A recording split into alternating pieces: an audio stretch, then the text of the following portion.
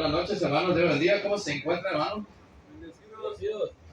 Amén, hermanos. Le damos gracias a nuestro Dios por esta oportunidad que nos permite poder estar reunidos aquí en esta noche, hermanos. Y vamos a aprovechar el tiempo, hermanos, siendo instruidos por la palabra de nuestro Dios. Amén. Amén. Les invito, hermanos, que podamos abrir nuestras Biblias. Abramos nuestras escrituras, hermanos, ahí en la primera carta de Juan. En el capítulo 2, versículo 15 al 17. Primera carta de Juan, capítulo 2, versículo 15 al 17.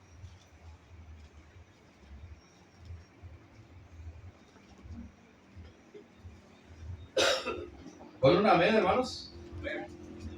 Vamos a darle lectura, hermanos. Dice de la siguiente manera: no améis al mundo, ni las cosas que están en el mundo. Si alguno ama al mundo, el amor del Padre no está en él. Porque todo lo que hay en el mundo, los deseos de los deseos de la carne, los deseos de los ojos y la vanagloria de la vida, no provienen del Padre, sino del mundo. Y el mundo pasa y sus deseos, pero el que hace la voluntad de Dios permanece para siempre. Hemos estado estudiando, hemos estado viendo, hermanos, la primera carta de Juan. Hemos visto cómo el apóstol Juan ha instruido a los hermanos en esta parte de Éfeso, y vemos cómo que Juan les ha dado evidencias, les ha dado pruebas para que ellos puedan detectar realmente quién es de Dios y quién no es de Dios, ¿verdad? Porque habían temas de herejías, temas de enseñanzas erróneas que estaban introduciéndose dentro de la iglesia, ¿verdad? De hecho, Juan nos menciona que ellos estaban entre nosotros, que salieron entre nosotros los falsos profetas, los anticristos. Ahí en el capítulo 2, versículo 18 dice: hijitos, este es el último tiempo, y según vosotros oíste que el anticristo viene. Así han surgido muchos anticristos. Por esto conocemos que es el último tiempo. Salieron de nosotros, versículo 19, pero no eran de nosotros, porque si hubiesen salido de nosotros, habían permanecido con nosotros, pero salieron para que sean manifiestos que no todos son de nosotros. Juan escribe a una iglesia, hermanos, le escribe a los hermanos que están rodeados de paganismo espiritual, que están rodeados de lealtad a este mundo, de doctrinas, de enseñanzas que no rinden devoción a nuestro Dios. ¿Y por qué Juan escribe estas palabras que hemos leído hace unos momentos, hermanos? ¿Por qué Juan dice no améis al mundo? Recordemos que anterior a estos versículos, el pasaje anterior, Juan había hablado de la madurez espiritual que debería de haber en la iglesia. Mire, ahí en el 13, en el 12, 2:12, os escribo a vosotros, hijitos, porque vuestros pecados han sido perdonados por su nombre. Os escribo a vosotros, padres, porque conocéis al que es desde el principio. Os escribo a vosotros, jóvenes, porque habéis vencido al maligno. Os escribo a vosotros, hijitos, porque habéis conocido al Padre. Os escribo a vosotros, padres, porque habéis conocido al que es desde el principio. Os escribo a vosotros, jóvenes, porque sois fuertes y la palabra de Dios permanece en vosotros y habéis vencido al maligno. Veíamos ahí en una clase del día sábado con los hermanos cómo es la madurez espiritual. Hay niños, hay quienes necesitan acompañamiento, hay quienes necesitan que los alentemos, los motivemos para que sigan adelante en la lucha. Hay jóvenes también, dice Juan, hay jóvenes que han vencido al maligno.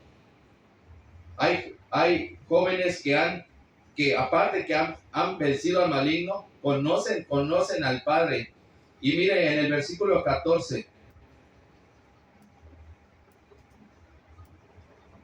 En el versículo 14 dice: os escribo a vosotros, padres, porque habéis conocido al que es desde el principio.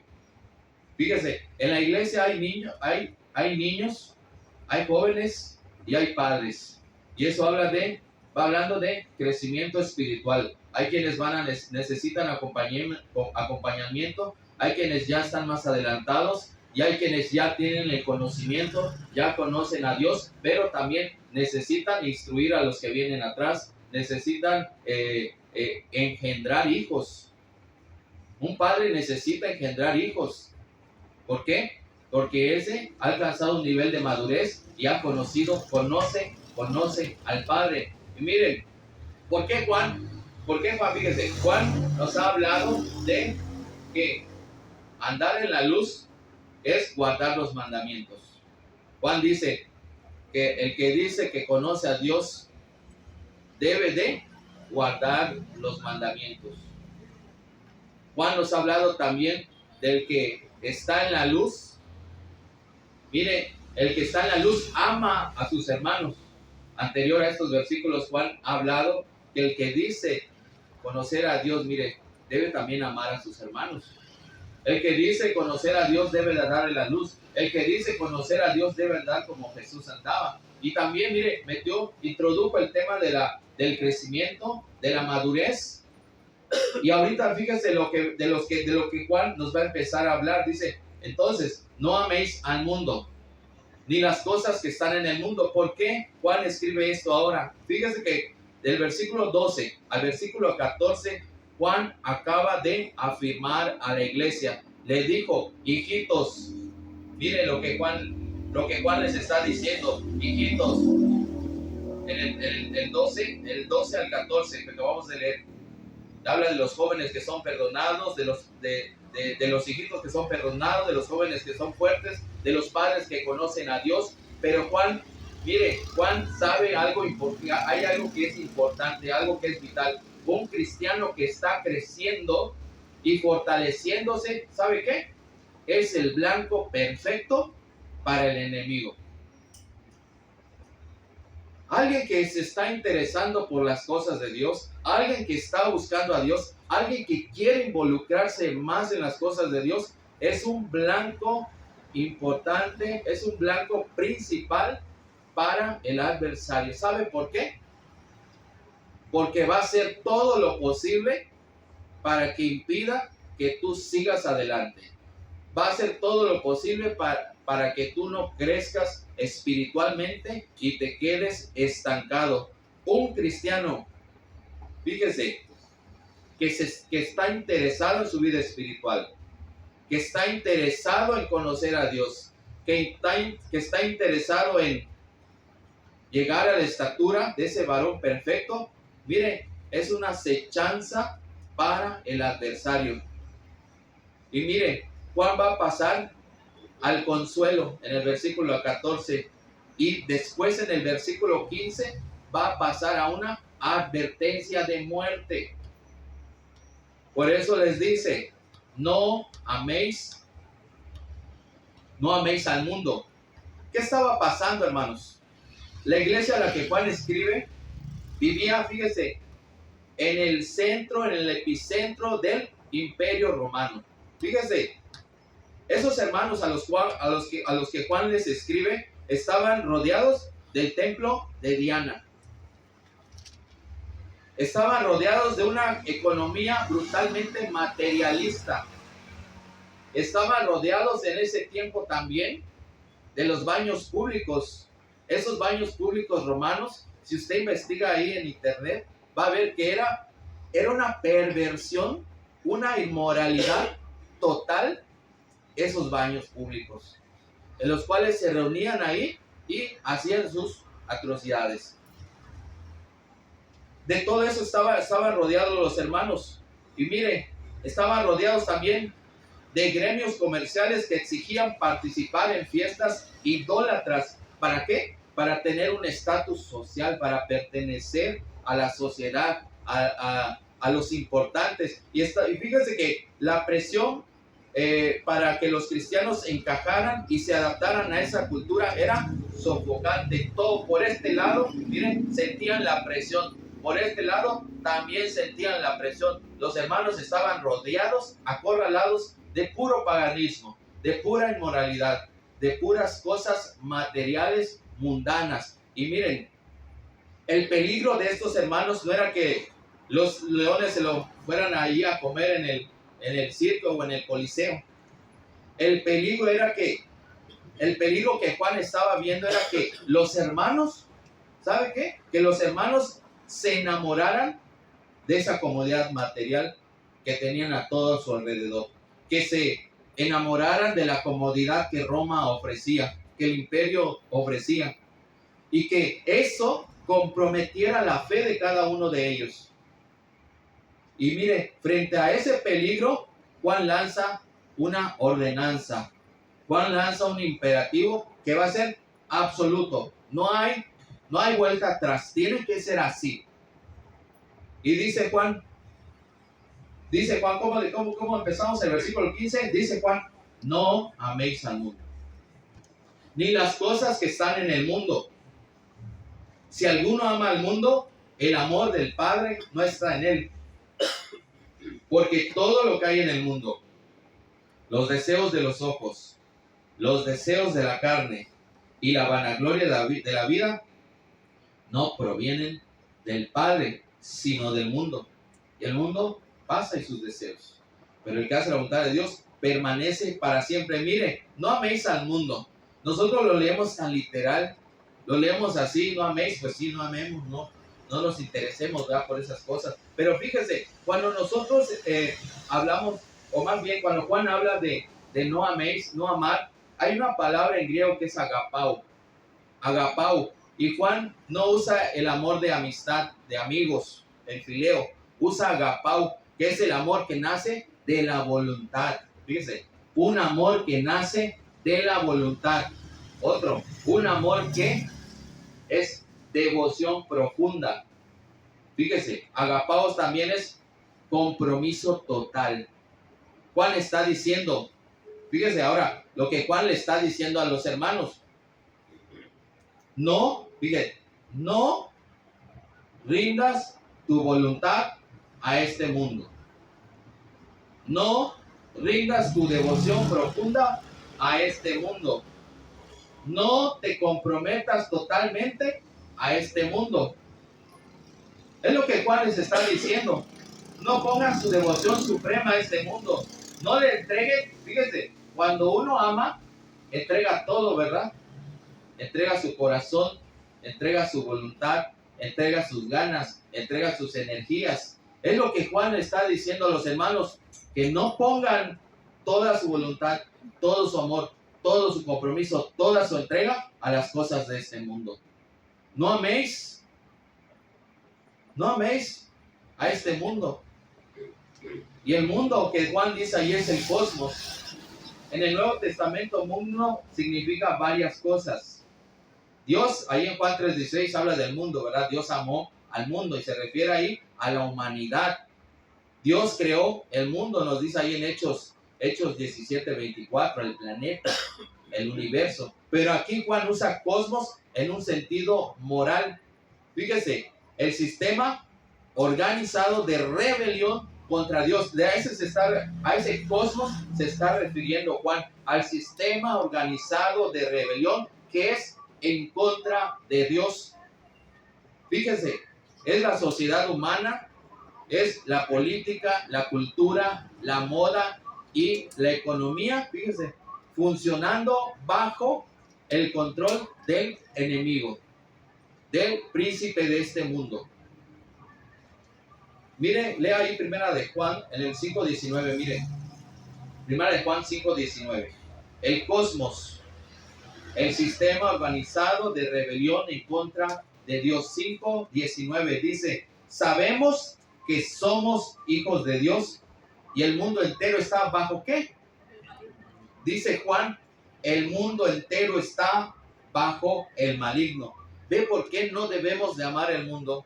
¿Por qué Juan está diciendo no améis al mundo ni las cosas que están en él? Porque todo lo que hay en el mundo no proviene del Padre, sino del mundo, del que gobierna este mundo, del príncipe de la potestad del aire. Y mire, ese cosmos está diseñado, ese sistema organizado de rebelión en contra de Dios está diseñado para hacer que la gente viva como si Dios no existiera. ¿Cuánta gente, hermanos, allá afuera vive como si Dios no existiera? Como si no existiera un Dios, como si no vaya a haber un juicio, como si nada les preocupara. Y no es nuevo, ¿verdad? No es nuevo. Desde Noé, predicándole a las personas ahí, viene el diluvio. Dios va a mandar un diluvio y el que no está en el arca va a morir. ¿Y qué? ¿La gente le hizo caso? No, ¿verdad? Solo 8 se salvaron. ¿Por qué? Porque la gente vivía como si no existiera Dios. Y hoy mucha gente vive como si no existiera un Dios. Y es el peligro de estos tiempos. ¿Por qué? Porque cada quien se ha creado su propio Dios. Le decíamos la otra vez, su Dios a la carta, ¿verdad? Como cuando vas a un restaurante y pides platillo, ves el menú y dices, yo quiero este. Y se fabrican a su propio Dios. Un Dios que nunca va a ir en contra de su voluntad. Un Dios que nunca les va a reprender. Un Dios que nunca les va a decir que están mal. Así vive el mundo. Y mire, Juan habla de los deseos. Y esa palabra que utiliza Juan allí en los deseos es, fíjese, su significado es un sobredeseo. Desear de más. Es una pasión descontrolada. Es un apetito que exige ser saciado sin importar las leyes de Dios. ¿Qué es eso? Porque es lo que Juan va a estar atacando también. Porque había personas ahí que decían que una cosa es la carne y otra cosa es el espíritu. Lo que tú hagas con tu carne no afecta en nada a tu espíritu. Así que tú te puedes saciar todos tus deseos carnales y ¿sabes qué? Vas a estar bien con Dios. Tu espíritu va a estar intacto. Había quienes decían que no tenían pecado. Dice Juan, si decimos que no tenemos pecado, le hacemos a Dios mentiroso. Y había quienes decían que no tenían pecado. Recordemos que en el versículo 1:3, Juan lo que va a hablar Juan, lo que va a decir Juan es lo que él había visto, lo que él había oído. Dice, lo que hemos visto y oído, estos anunciamos para que también vosotros tengáis comunión con nosotros, y nuestra comunión verdadera es con el Padre y con su Hijo Jesucristo. Estas cosas os escribo para que vuestro gozo sea cumplido. Había personas que decían que tenían comunión con Dios, y miren, andaban en pecado. Dios no puede tener comunión con el pecado. Y todo aquel que está en pecado, al decir que tiene comunión con Dios, se engaña a sí mismo. Hace a Dios mentiroso. Dios, yo no tengo pecado. Tú te confundes. Lo que yo hice no es pecado. Fue una mentirita. Fue algo que nadie vio. Pero no me castigues porque es pecado. Recordemos ahí también que veíamos en el versículo 9. Fíjense, en el 8:1:8. Si decimos que no tenemos pecado, nos engañamos a nosotros mismos. Y la voluntad y la verdad de Dios no está en nosotros. Si confesamos nuestros pecados, Él es fiel y justo para perdonar nuestros pecados y limpiarnos de toda maldad. Fíjese cuando habla de la palabra confesar, lo leemos así muy fácil, ¿verdad? Muy sencillo. Pero esa palabra en griego es homologeo. Homologeo. Y homologeo, recordemos que es ver al pecado, clasificar al pecado, etiquetar al pecado como Dios lo etiqueta. ¿Por qué? ¿Qué hace el hombre cuando comete pecado? Minimiza su pecado. No fue tan grave. Fue una mentira piadosa. Fue una nada más. Lo hice una vez nada más. Es lo que hace el hombre. Minimizar el pecado. Ocultar el pecado. ¿Qué hizo? Ahí en el Edén? ¿Qué hizo Adán y Eva cuando pecaron? Se escondieron de Dios, cosa que antes no hacían. ¿Qué hace el hombre cuando peca? Huir de Dios, ocultarse de Dios. Pero tarde, fíjese, tarde que temprano tenemos que darle cuentas a Dios. Entonces, mire, ese tipo de enseñanzas, ese tipo de personas estaban ahí diciéndole, metiéndole esa idea a los hermanos, pero Juan por eso le hace estas advertencias. Miren, si esta persona dice que ama a Dios, debe de guardar sus mandamientos. Si no guarda los mandamientos de Dios, no conoce a Dios. Esto, miren, el que ama a Dios debe de amar a sus hermanos. Si alguien no ama a sus hermanos, no es de Dios. Y así va a ir yendo Juan. Y así va yendo Juan. Mostrándole, dándole pruebas, dándole evidencias. A los hermanos también les va a decir: no le creáis a todo espíritu que viene diciendo yo soy de Dios. Sino que les dice Juan: hay que probar los espíritus para ver si son de Dios.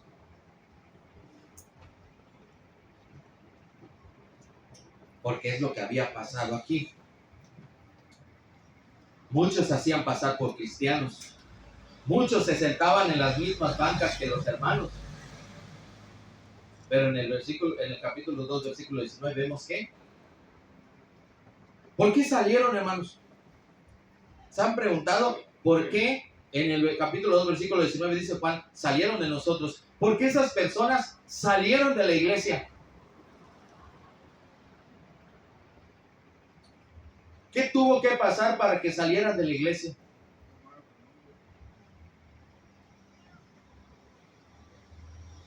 Los tuvieron que confrontar, ¿verdad? Tal vez si nunca los hubiesen confrontado, si nunca les hubiesen mostrado, mira, esto es lo que dice la palabra, pero no es lo que tú haces, no es lo que ustedes están haciendo. ¿Y a quién le gusta que lo reprendan? ¿A quién le gusta que le digan sus verdades? ¿A quién le gusta que le digan lo que tú estás haciendo está mal, va en contra de la voluntad de Dios? Nadie, ¿verdad? Por eso estos salieron de aquí porque no estaban en la verdad, no permanecían en la verdad, no eran de Dios.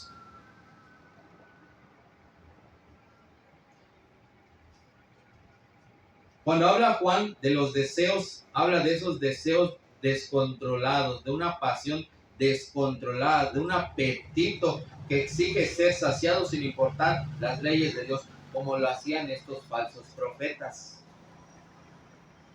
Tenían un apetito que exigía ser saciado sin importar lo que Dios diga, sin importar las leyes que Dios ha establecido.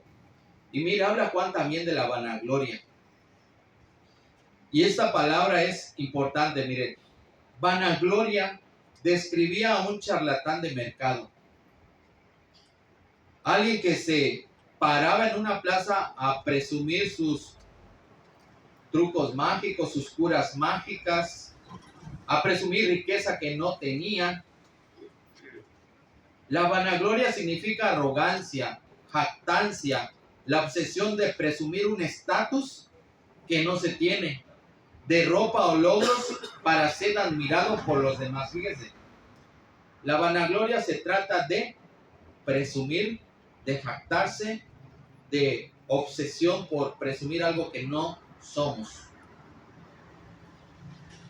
para ser admirado por los demás porque nos importa, nos interesa lo que los demás piensen de nosotros.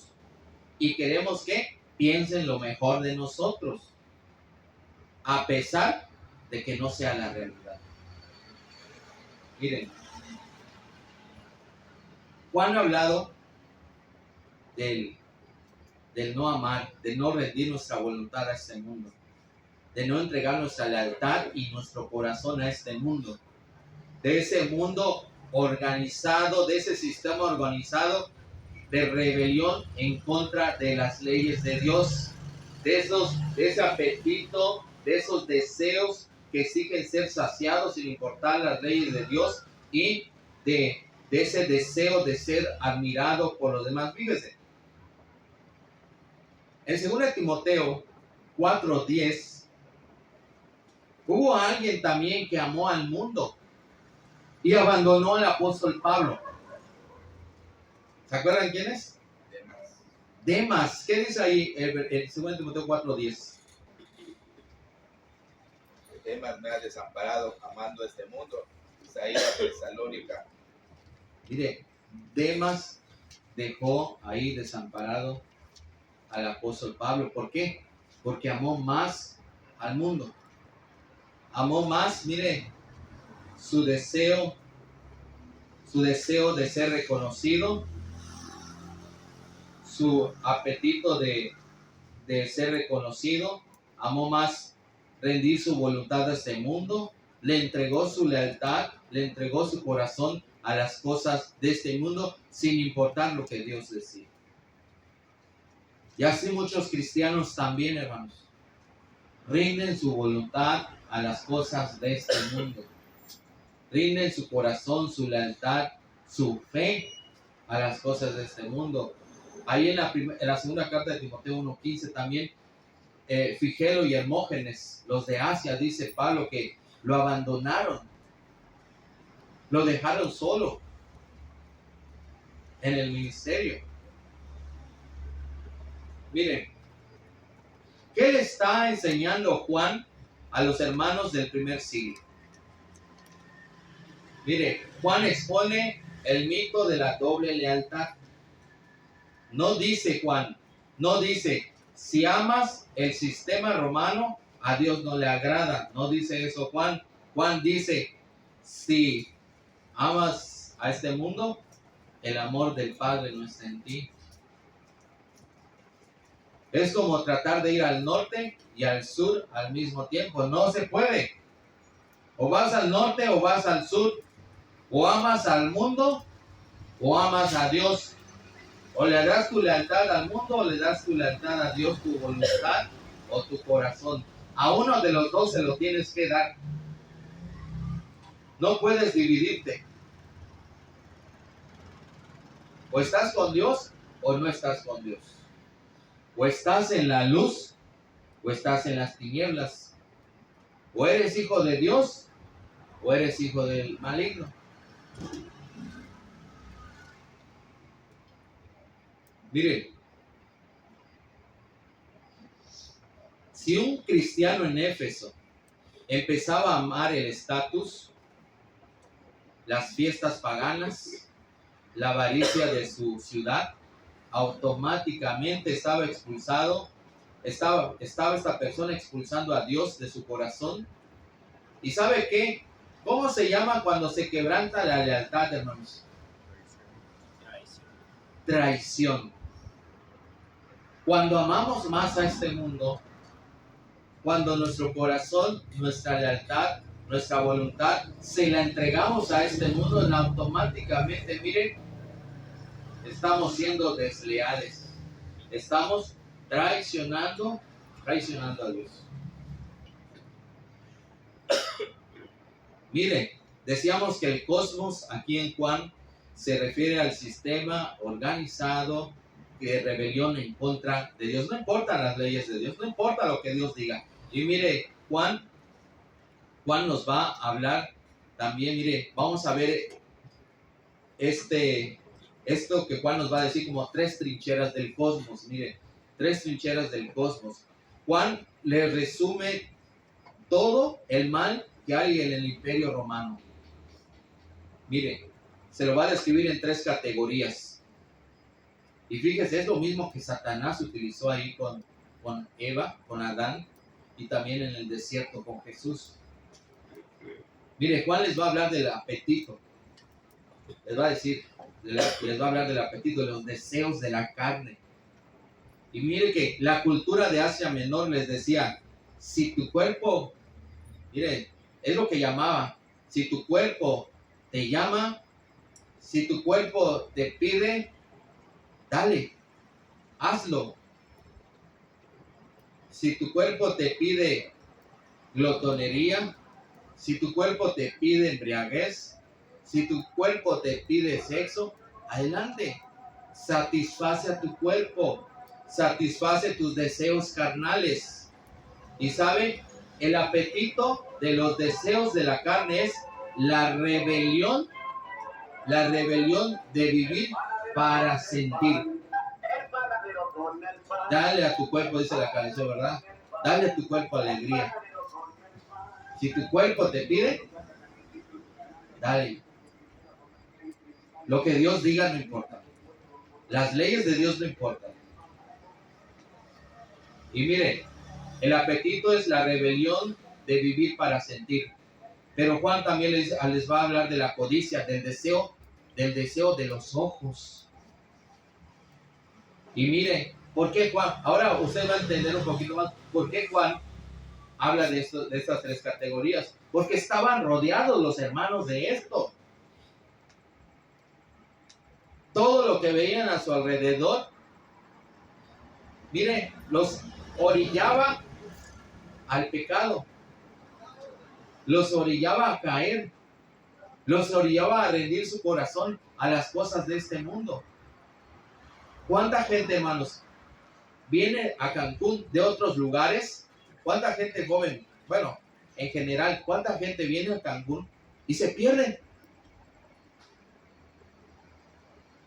Y no lo vemos así, tan expuesto la situación como estaba expuesta aquí. Lleno de inmoralidad, lleno de pecado, lleno de, mire, lleno de deseos carnales. Y mire, Juan dice, de los deseos de los ojos, y mire, Éfeso estaba lleno de lujos,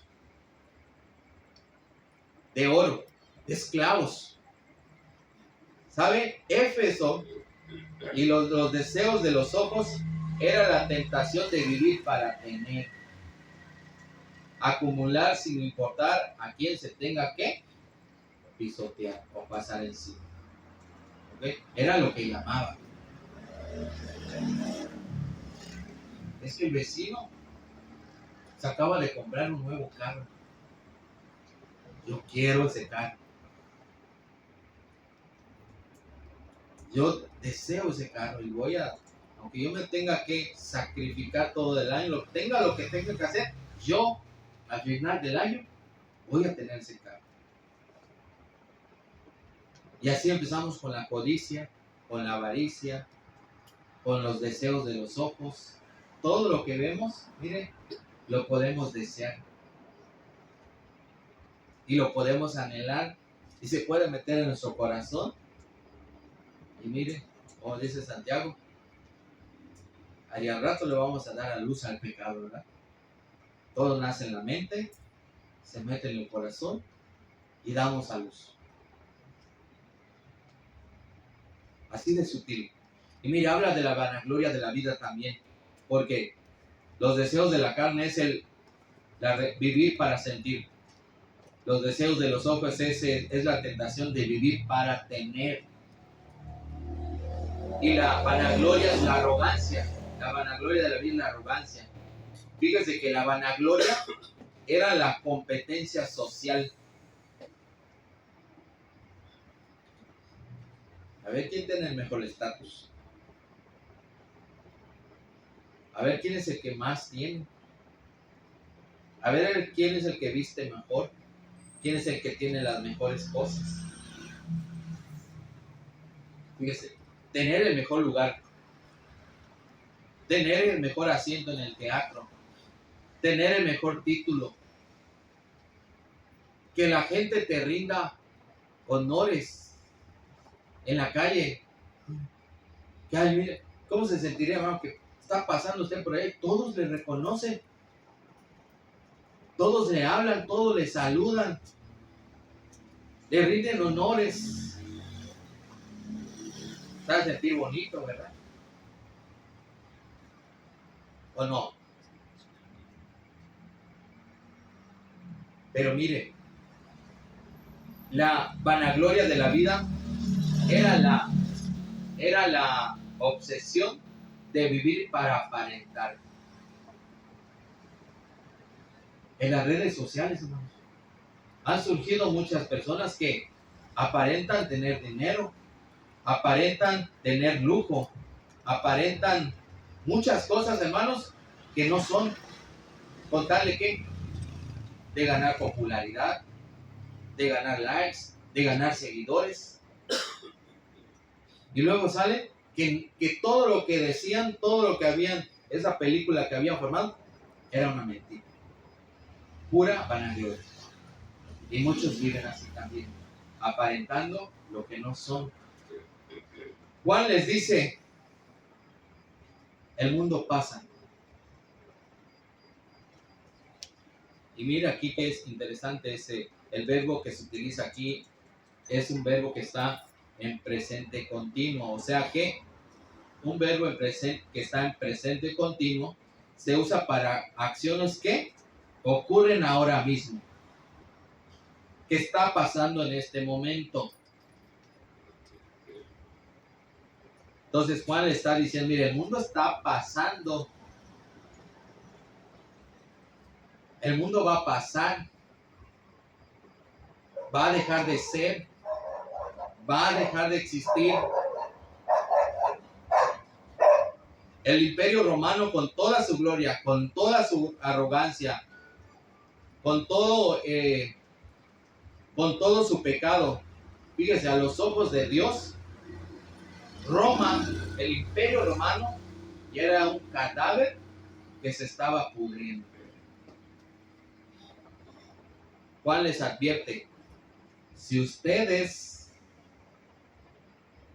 invierten su corazón en este mundo, en este sistema, se van a desintegrar junto con él, van a acabar junto con él. Por eso no hay que amar a este mundo, ni las cosas que hay en él. Decía un hermano, que en este mundo estamos de paso, ¿verdad? En este mundo somos peregrinos, no somos de aquí, estamos de paso. Así que no hay que acomodarnos, ¿verdad? No hay que amoldarnos a este mundo. ¿Por qué? Porque este mundo va a pasar. Va a dejar de existir. Miren, el Imperio Romano ya cayó. Pero ¿sabe qué no ha caído? El cosmos. Ese sistema organizado que es contrario a la voluntad de Dios. El sistema de Satanás sigue intacto.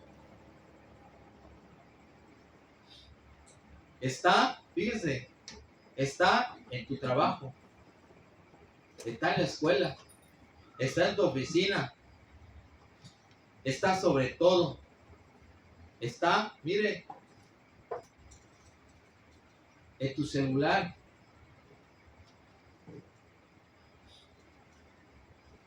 Hermano, ¿dónde está tu devoción el día de hoy? ¿En quién está tu devoción el día de hoy? Si venimos el domingo, venimos a cantar, venimos a adorar, decimos te amamos Señor, te amamos Dios, pero si mañana, lunes, de lunes a sábado, estamos imitando el vocabulario del mundo, nos vestimos como el mundo para provocar a otros, Y si nuestra mayor preocupación es hacer riquezas en este mundo, estamos fallando. Estamos en el cosmos. No estamos amando más a Dios. Fíjese, es más bien, hemos metido a ese sistema que es contrario a Dios, a ese cosmos, le hemos metido a la iglesia.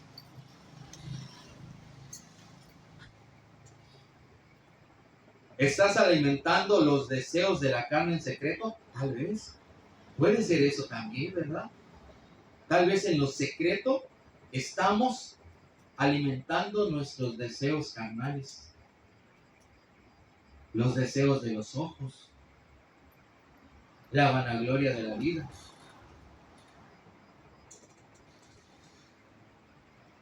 ¿Consumes cosas que no deberías en lo privado? ¿Consumes cosas en tu celular que no deberías consumir?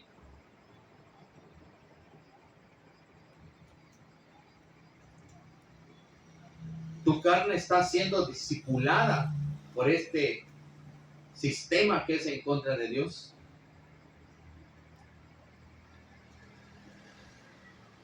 ¿O lo está haciendo Dios? ¿O es Dios el que te está discipulando, instruyendo? ¿Quién nos instruye, hermano? ¿De qué nos llenamos?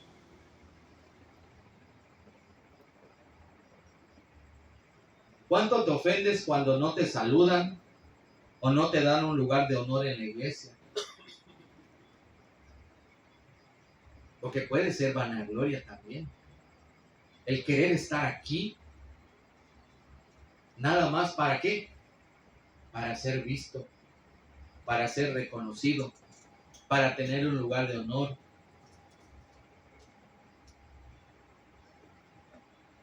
Y lo hemos visto. Tu estado de ánimo depende de los likes que te dan en redes sociales o del prestigio que tengas en tu trabajo. Y si vives buscando el aplauso y el reconocimiento del mundo, de los hombres, eres esclavo de la vanagloria. Eres ese charlatán que decíamos hace un rato. Para ir terminando, hermanos.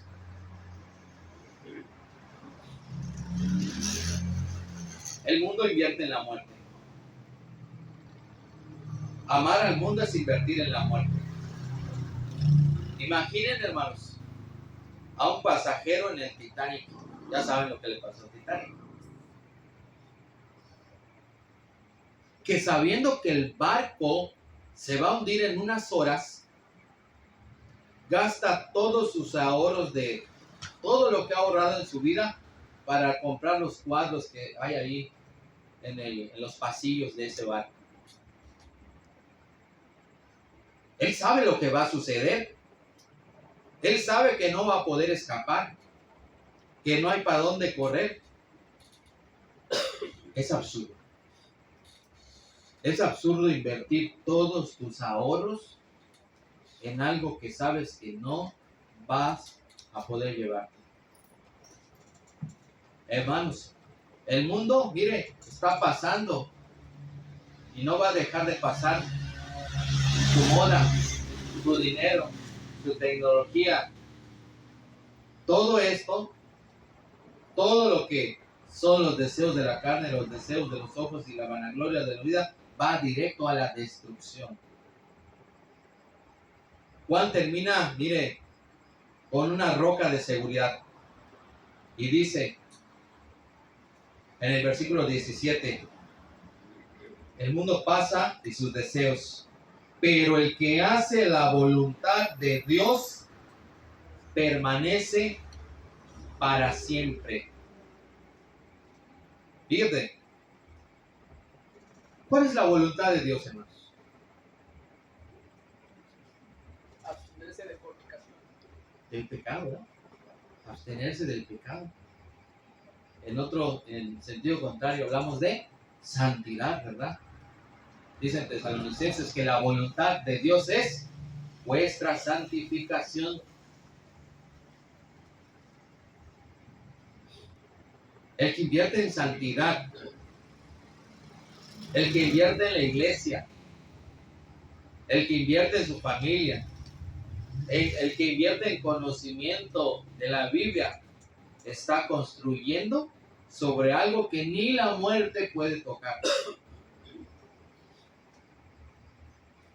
Hagamos, hermanos, en esta noche un autoexamen. Detectemos qué amamos más. Si estamos amando más la aprobación de este mundo antes que la santidad de Dios, tenemos que arrepentirnos.